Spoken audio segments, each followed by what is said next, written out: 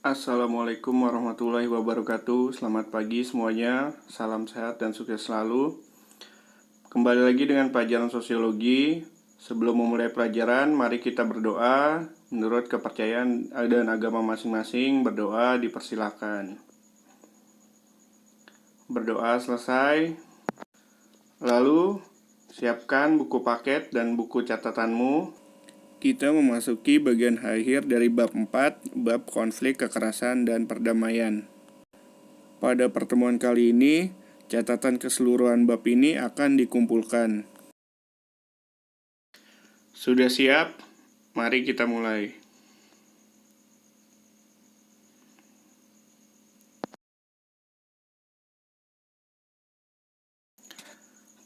Pada pertemuan kali ini, kita akan mempelajari mengenai resolusi konflik. Apa itu resolusi konflik?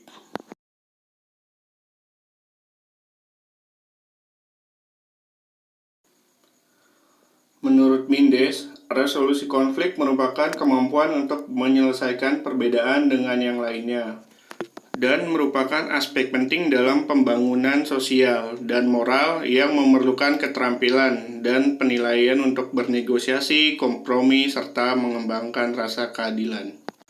Sedangkan menurut Christopher E. Miller, resolusi konflik adalah suatu pendekatan yang memiliki tujuan untuk menyelesaikan konflik melalui pemecahan masalah secara konstruktif.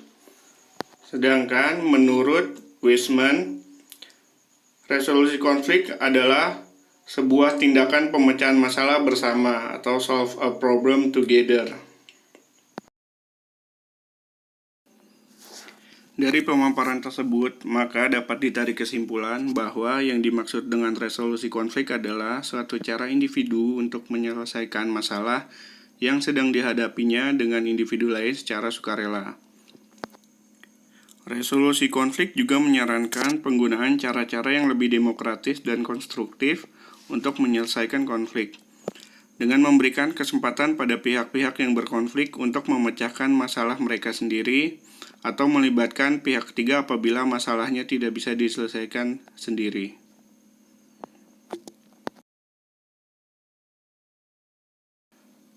Sebelum terjadinya konflik, penting bagi kita untuk menjaga budaya perdamaian, guna mencegah terjadinya konflik. Yang pertama dengan membongkar atau menyingkirkan budaya kekerasan. Yang kedua, hidup dengan rasa keadilan dan kepedulian. Yang ketiga, hidup dalam harmoni dengan lingkungan alam. Yang keempat, membangun budaya saling menghormati, budaya solidaritas, dan rekonsiliasi.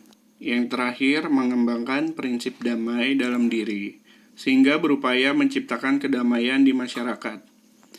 Apabila hal-hal tersebut dilakukan, mungkin akan tercipta atau terjaganya perdamaian di masyarakat. Selanjutnya, pendekatan dalam resolusi konflik. Buka buku paket kalian halaman 152. Ada 4, yaitu tahap persiapan, tahap memahami, tahap resolusi, dan yang untuk jadi tujuan akhirnya adalah penyelesaian konflik.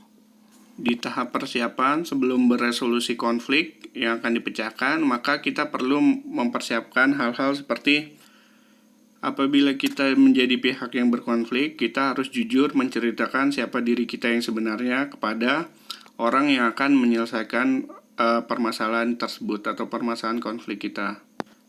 Di poin yang B, ini kita lakukan apabila kita menjadi pihak yang ingin menyelesaikan permasalahan orang lain.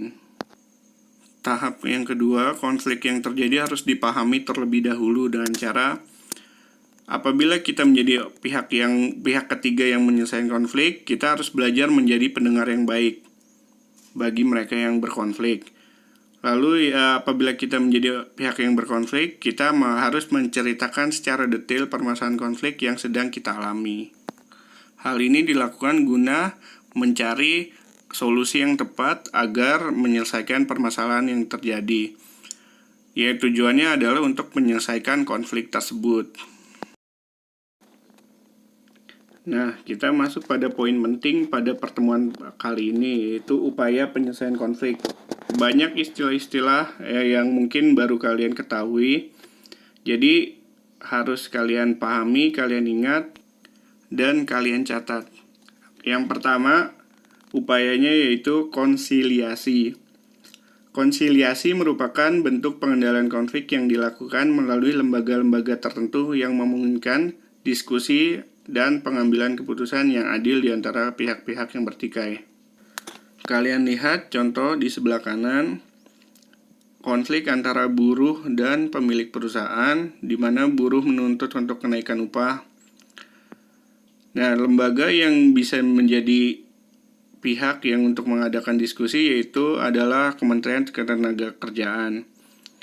Kemenaker sebagai lembaga yang mempertemukan buruh dan pemilik perusahaan guna mendapatkan hasil yang diinginkan oleh kedua pihak. Kemenakerlah lembaga yang bisa mengadakan konsiliasi antara buruh dan pemilik perusahaan. Yang kedua, stalemate. Apabila kedua belah pihak memiliki kekuatan seimbang, kemudian berhenti pada satu titik dan tidak saling menyerang, maka upaya ini disebut stalemate. Keadaan ini terjadi karena kedua belah pihak tidak mungkin lagi maju atau mundur. Sebagai contoh, adu ketegangan antara Korea Utara dan Korea Selatan di bidang nuklir. Yang ketiga, ada negosiasi atau kompromi. Ini merupakan suatu interaksi sosial antara pihak-pihak yang terlibat konflik, yaitu saling menyelesaikan perbedaan agar mencapai kata sepakat. Dalam proses ini, kedua belah pihak yang berkonflik melakukan pembicaraan dalam bentuk tawar-menawar mengenai syarat-syarat untuk mengakhiri konflik. Yang keempat, ada transformasi konflik. Ini adalah usaha jangka panjang yang berorientasi untuk mendapatkan hasil, proses, dan perubahan struktural. Tujuannya menanggulangi bentuk-bentuk kekerasan langsung, budaya struktural yang muncul melalui transformasi hubungan sosial, dan promosi yang dapat membantu menciptakan hubungan-hubungan kerjasama. Jadi sederhananya, tujuan dari transformasi konflik adalah merubah hal-hal negatif yang diakibatkan konflik menjadi hal-hal positif yang akan diperoleh pada kedua belah pihak yang berkonflik. Yang kelima, mediasi, yakni penyelesaian konflik yang dilakukan dengan menghadirkan pihak ketiga yang memberikan nasihat untuk dapat menyelesaikan konflik tanpa adanya paksaan atau memihak. Peran pihak ketiga dalam mediasi adalah sebagai pemberi saran atau pemberi nasihat dan bukan pemberi keputusan.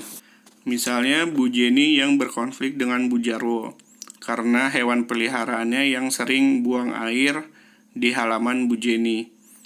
Akhirnya Pak RT sebagai pihak ketiga yang memediasi memberikan saran kepada Bu Jenny dan Bu Jarwo. Tetapi Pak RT tidak dapat mengambil keputusan hasil akhir dari kedua pihak yang berkonflik tersebut. Lalu yang keenam ada arbitrasi. Arbitrasi atau perwasitan umumnya dilakukan apabila kedua belah pihak yang berkonflik sepakat untuk menerima atau terpaksa menerima hadirnya pihak ketiga yang akan memberi keputusan tertentu untuk menyelesaikan konflik. Misalnya konflik antara Alex dan Nona, di mana keduanya karyawan PT ABC. Konflik antara Alex dan Nona terdengar sampai ke atasan mereka, yaitu bosnya. Bos di perusahaan tersebut memiliki aturan yang harus dituruti keduanya. Maka bos ini mengeluarkan peraturan di mana apabila mereka berdua masih terus berkonflik, maka keduanya akan dipecat dari perusahaan. Karena konflik mereka akan mengganggu kenyamanan dan ketertiban di kantor. Maka mau tidak mau, Alex dan Nona harus menerima keputusan untuk tidak berkonflik lagi. Selanjutnya ada konversi. Dalam kamus sosiologi, konversi merupakan upaya penyelesaian konflik yang dilakukan dengan salah satu pihak bersedia mengalah dan mau menerima pendirian dari pihak lain. Contohnya, dalam suatu rapat OSIS terjadi perbedaan pendapat antara ketua dan anggota OSIS. Keduanya berdebat perihal mengenai program kerja OSIS. di mana anggota OSIS tersebut menilai bahwa program yang dicanangkan oleh ketua OSIS itu kurang realistis. Perdebatan tersebut memicu konflik di antara keduanya. Akhirnya, ketua OSIS pun mengalah dan menerima pendapat dari anggota OSIS karena dianggap pendapatnya tepat guna kemajuan OSIS. Selanjutnya ada adjudikasi, merupakan pengendalian konflik yang diselesaikan melalui meja hijau atau pengadilan. Contohnya konflik sengketa lahan yang harus diselesaikan melalui pengadilan atau meja hijau. Terakhir yaitu koersi, adalah bentuk pengendalian konflik yang dilakukan dengan paksaan, bahkan bisa menggunakan kekerasan, sehingga konflik tersebut tidak diselesaikan dengan damai tetapi dengan cara kekerasan. Contohnya, polisi yang menangkap kedua kelompok pelajar yang tawuran. Sekian materi untuk pertemuan kali ini. Apabila ada yang ingin ditanyakan, silakan ditanyakan melalui WhatsApp.